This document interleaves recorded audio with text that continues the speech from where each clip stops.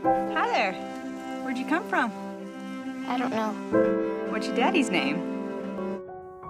Hello mga kaboso! Welcome back sa Netflix, kung saan ibinabahagi ko ang aking hilig sa panonood ng pelikula at isinasalaysay ko ito sa Tagalog. Kung nais mo ng ganitong mga content, make sure to subscribe and turn on all notifications so you will get updated sa mga susunod kong videos. Ang pelikula na ating matutunghayan ngayon ay pinamagatang Red Wing na ipinalabas noong 2013.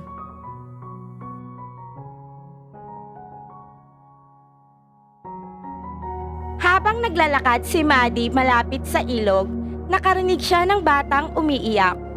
Sinundan niya ang pinanggalingan nito at natagpuan niya ang isang batang lalaki na umiiyak sa gilid ng ilog. Kinabahan ng bata nang makita siya, ngunit nagpakilala si Maddie dito.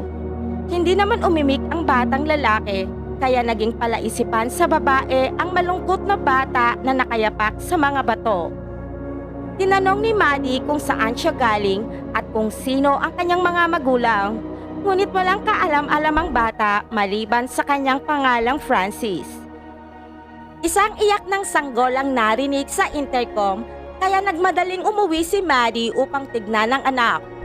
Pinagalitan siya ng kanyang biyenan na huwag masyadong ispoilin ang kanyang anak. Ngunit binaliwala lamang ito ng ginang at lumabas ng bahay kung saan nakita nito si Francis. Magiliw niyang inanyayahan ng bata upang uminom ng lemon tea. Naiinis namang nakatingin ang biyenan ni Maddie kay Francis at nandidiring sinabi nito kay Maddie na anak iyon ni Al na nangungupahan sa isang caravan at pinalayas ito. Nilinaw pa nito na ayaw niyang makapasok muli ang bata sa kanilang tahanan. Kinabukasan, nagtungo si Maddie sa bayan at binilhan nito si Francis ng isang pares ng boots at gumawa ng pie sa kanito inihatid sa caravan kung saan naninirahan ng bata at ng kanyang ina. Matapos ng kanilang pag-uusap, napag-alamang si Isabel ang umampon kay Francis. Hindi makapagtrabaho si Isabel dahil may iniinda itong sakit at mula nang masunog ang kanyang bahay, wala nang natira na kahit anumang bagay sa kanya. Inampon nito si Francis upang makuha ang kanyang buwanang allowance at walang alam si Isabel tungkol sa pinagmula ng batang inampon. Bago umalis si Maddie, sinubukan niyang ipasok ang kanyang ginawang pie sa loob ng fridge.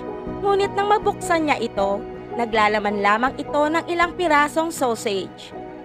Malinaw lamang na naghihirap sa buhay ang mag-ina.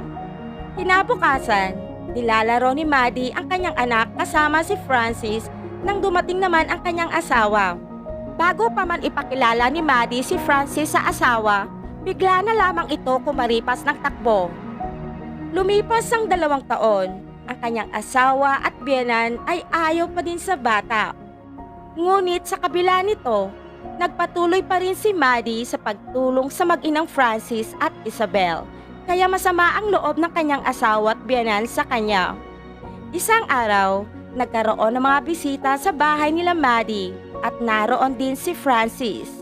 Isang batang babae naman ang nagngangalang Mary Ann ang nagpapapansin dito, ngunit nadapa ito. Kaya ang matandang si Mama B na kumukulo ang dugo kay Francis ay sinabihan itong peste saka ito pinalayas. Pagkatapos ay hinikayat pa nito si Isabel na paalisin si Francis, ngunit tumanggi si Isabel dahil napamahal na sa kanya ang batang inampon. Kaya nagbanta si Mama B na paaalisin na sila sa tinutuluyang caravan dahil 3 buwan na itong hindi nakakabayad. Inihatid ni Isabel si Francis sa istasyon at nakaramdam ang bata kaya nagmakaawa ito sa ina-inahan na huwag siyang paaalisin doon. Pagkatapos ay mabilis itong tumakbo patungo kay Maddie. Ipinaalam ni Isabel ang buong pangyayari kay Maddie at ginawa niya lamang iyon dahil kinakailangan. Sinabi ni Maddie sa kanya na huwag mag-alala at kakausapin nito ang kanyang biyenan. Ngunit nang makauwi siya, nakita niya ang kanyang anak na si Johnny na mag-isang nakaupo sa labas. Lumalabas pa lang na stroke ang kanyang biyenan at kalaunan ay namatay. Ang kanyang asawa ay palaging naglalasing sa pagkawala ng ina nito at madalang nang umuwi ng kanilang bahay. Sa tuwing may pagkakataon si Francis, palagi nitong pinupuntahan si Maddie at ang batang si Johnny na mahal siya. Sa buong buhay ni Francis, inaalagaan nito ang inang umampon sa kanya pagkagaling niya sa school at pagkatapos ay tutulong siya kay Maddie sa mga bagay na maaari niyang gawin at nagpatuloy sa ganoon ang kanilang buhay. Isang araw, nag-shopping si Maddie sa bayan at nakita nito ang kanyang asawa na lumabas mula sa pub at may kasamang babae na nakaangkla pa sa kamay nito. Nang paalis na sila, humahangos namang nagpunta doon si Francis at nagsisigaw na namatay na ang kanyang ina-inahan sa caravan. Isinantabi muna ni Maddie ang kanyang galit sa kanyang asawa at inalok na ampunin na si Francis. Bagaman ayaw ng kanyang asawa kay Francis, ay pumayag na lamang ito dahil sa nagawang kasalanan kay Maddie. Ipinaalam ni Maddie kay Francis na aampunin niya ito at tinanong kung nais ba nito. No, I know already. I want to stay. Inalagaan ni Maddie si Francis sa lahat ng paraan at tinuruan kung papaano mamuhay sa mundo. Unti-unting naging masayahin si Francis, ngunit itinuturing ito ng asawa ni Maddie na parang alipin. Sa tuwing inaaway ni Carl si Maddie, ang payat na si Francis ang pumapagitna upang protektahan ito. Nang lumaki na si Francis, nag-aral ito ng kurso tungkol sa farming at ilang taon nang lumipas ay ganap na itong binata. Mas lalo itong gumwapo na kahit na ang kabit ng asawa ni Maddie ay hinaharot siya. Ngunit hindi nagpatukso si Francis at dahil sa pagkapahiya ng babae, siniraan niya ito kay Carl. Pagka-uwi naman ng bahay, inutusan ni Carl si Maddie na palayasin na si Francis doon. Malungkot na sumagot ang ginang na nakatulong sa kanilang farm si Francis sa maraming taon. I think you're in love with him. Pagkatapos ay kinuha nito ang kanyang rifle upang puntahan si Francis. Nangako naman si Maddie sa asawa na paaalisin na si Francis doon. Sobrang nasaktan si Maddie sa desisyon ng asawa. Kinabukasan, hinanap nito si Francis at nagpunta sila sa ilog kung saan sila unang nagkita. Sinabihan ni Maddie ang binata na matanda na ito at maaari nang hanapin ang kanyang magandang future sa syudad. Hindi naman lingid sa kaalaman ni Francis na utos iyon ng asawa ni Maddie. Ayaw nitong umalis, ngunit iginiit ni Maddie na mas makakabuti sa kanya iyon. Mahal na mahal ni Francis si Maddie dahil sa suportang ibinibigay nito sa kanya. Labag man sa kalooban ni Francis, nakinig na lamang ito sa kinalakhang ina at nagmadaling umalis. Naglakbay ito patungo sa bayan at naghanap ng trabaho sa isang farm. Ang kanyang pagsusumikap ay nagbunga. Nang araw na iyon ay nagpunta sa isang bakanteng bukirin si Francis kasama ang isang mayamang lalaki. Sinabi ni Francis na nais niyang magtanim ng mga melon doon at maghahati sila sa kita, kaya pumayag ang lalaking financier. Nang magpunta si Francis sa kwadra, nakita nito ang anak ng lalaking financier na si Cathy habang nakikinig ng musika. Nagustuhan ni Francis ang kanta, kaya tinanong nito si Cathy kung ano ang naiisip nito habang nakikinig. When I was standing here with my eyes closed, I was thinking about you. Ilang buwan ang lumipas at panahon ng anihan, si Francis ay in love at nagbabalak na silang magpakasal ni Cathy. Matapos lamang ng ilang araw, nabalitaan ni Francis mula sa kaibigan na si Carl na asawa ni Maddie ay naaksidente at namatay at si Maddie naman ay nasa hospital. Nagmadali siyang pumunta sa may-ari ng bukid at nagpaalam na aalis muna, ngunit hindi siya sigurado kung kailan siya makakabalik. Agad naman siyang pinayagan ng lalaki at maaari siyang bumalik gaano pa ito katagal. Namaalam na din si Francis sa kasintahang si Cathy. Ilang araw ang lumipas, bumalik si Francis sa bahay kung saan siya namalagi ng maraming taon. Magulo ang bahay na hindi na kagaya ng dati. 2 babae ang naroon at napag-alaman niyang ang pamangkin ni Carl iyon at ang ina nito. Matapos ng balitaan, nagbadaling nagpunta si Francis sa hospital at nakahinga ng maluwag nang makitang okay na si Maddie. Sa mga sumunod na araw, si Francis na ang nag-aasikaso ng farm ni Maddie at naglilinis ng bahay.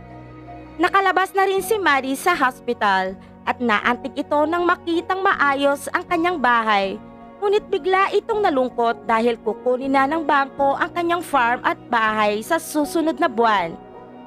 Sinabihan ito ni Francis na binayaran na niya ang lahat ng utang nito at huwag na itong mag-alala. Ngunit balisa pa din si Maddie. Naisip naman ni Francis na walang mangangalaga sa farm kaya tutulong siyang aasikasuhin ito. Kinabukasan, kinausap ni Francis si Mary Ann at hinikayat niya ito upang patakbuhin ang farm. Ngunit hindi interesado ang babae. Interesado lang ito kay Francis. Sa tulong ni Francis ay unting-unting nabuhay muli ang farm at doon nagsimula ang mga kapitbahay nilang Marites na pagtsismisan sila.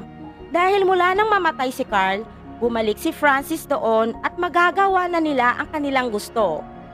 Nagalit si Mary Ann nang malaman ng chismis kaya kinompronta nito si Francis. Nabigla naman ang binata sa sinabi ng dalaga at sinabihan ito bakit niya pinagdududahan ang pagiging inosente ng kanyang tiyahin. Siya namang pagdating ni Maddie at akala nito ay may lover's quarrel ang dalawa. Agad na ipinaliwanag ni Francis na hindi nito gusto si Mary Ann.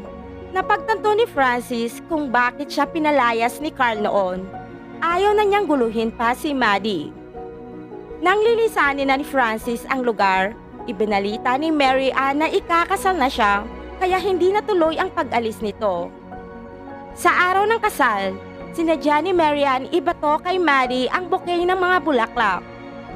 Nakaugalian na kasi doon na ang makakasalo ng bouquet ay makakasayaw ng best man na si Francis. Nang magsimula ng tumugtog ang musika, nagsayaw ang dalawa. Nag-aalinlangan si Maddie, ngunit animoy sumasayaw ang dalawang pusong lihim na nagmamahalan. Para kay Mary Ann ay nakumpirma niyang totoo ang mga chismis. Lalong nagalit si Mary Ann kay Maddie. Hindi naman makayanan ni Francis ang kabastusan ni Mary Ann kaya umalis na silang tatlo ni Johnny at Maddie sa kasal nito. Nang makauwi na sila, nagpasya si Francis na lumayo upang malaman ang pinakamagandang sagot sa kanyang mga tanong. Bumalik siya kay Cathy at humingi ng tawad dahil ang kanyang puso ay wala sa lugar na iyon. Naintindihan ng dalaga ang kasintahan at pinayuhang huwag isipin ang opinyon ng iba at hanapin ang kanyang tunay na kaligayahan. Ilang araw ang lumipas, bumalik si Francis kay Maddie. Dinala niya ito sa lugar kung saan sila unang nagkita at inamin ang kanyang tunay na nararamdaman. I love you, Maddie. I love you the way a man loves a woman. I want to marry you. I want to take care of you and Johnny. Hindi nagtagal ay ikinasal ang dalawa sa tabing ilog at si Johnny ang naging best man. Sa umpisa ay pinagchismisan sila ng mga Marites, ngunit kalaunan ay nakalimutan na din at naging masaya na lamang sila para sa dalawa. Ang ganitong klase ng pag-ibig ay hindi kayang hadlangan ng pera, edad at itsura, kundi mga pusong dalisay na tunay na nagmamahalan. Ikaw, Kaboso, natagpuan mo na ba ang iyong forever? Ikomento lang po ang inyong sagot. Marami pong salamat, Kaboso. Sama-sama nating tuklasin ang magagandang pelikula. Huwag kakalimutang mag-subscribe sa aking channel, pa-like at share na din.